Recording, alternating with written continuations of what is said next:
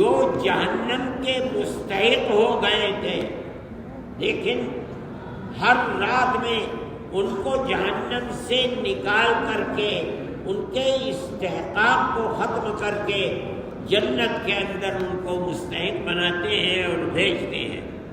لیکن آخر کے اندر اللہ کی رحمت کو ایک بہت جوش ہوتا ہے،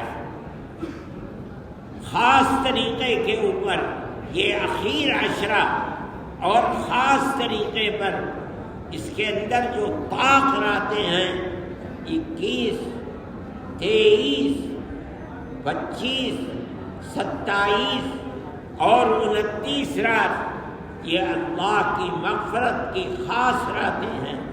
اس لیے گناہوں سے بچنا چاہیے اور اللہ تعالی سے دعا کرنی چاہیے کہ اے اللہ جو گناہ ہم نے کیے ہیں انہیں معاف فرما دے۔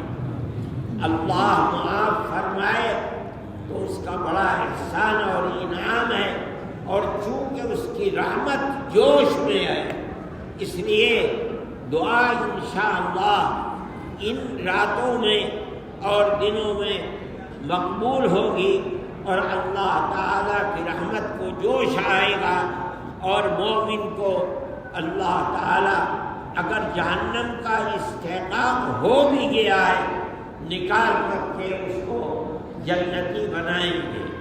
اس لیے اپنے ذکر کے اندر خصوصیت سے بہت زیادہ متوجہ ہونا چاہیے، رو رو کر دعا کرنی چاہیے۔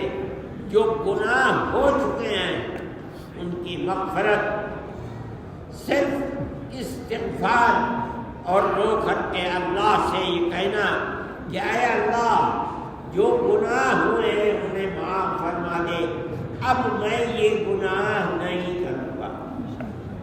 یہی معنی ہے توبہ کے، استغفر اللہ ربی من کل ذنب واتوب الیہ، اور میں گناہ چھوڑ کر اللہ کی طرف متوجہ ہوتا ہوں۔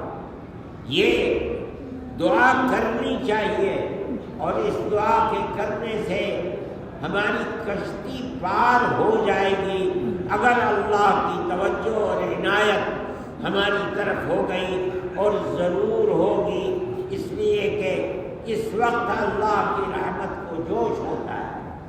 جس وقت رات کے آخر حصے میں دعا کرتے ہیں، روتے ہیں، اس وقت اللہ کی رحمت بہت جوش میں ہوتی ہے۔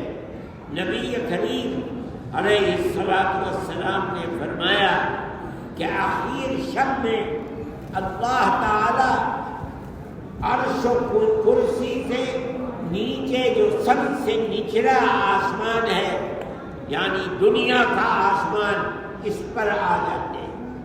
اللہ کی رحمت بندوں سے قریب ہو جاتی ہے، اور وہاں آواز لگاتے ہیں، ہل من سائل فاجیب دعوتہ، ہے کوئی اس وقت مجھ سے مانگنے والا تاکہ میں اس کی دعا کو قبول کر لوں؟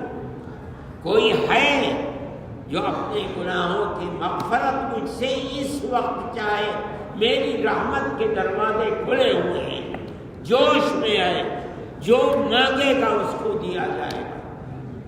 اس لیے خاص طریقے کے اوپر دعائیں کرنی چاہیے، اور جو دعا رات کے آخر حصے میں جب آپ تہجد کے بعد دعا کرتے ہیں مانگی جاتی ہے، وہ مقبول ہے، اور اللہ سارے گناہوں کو معاف کر دے گا۔ لیکن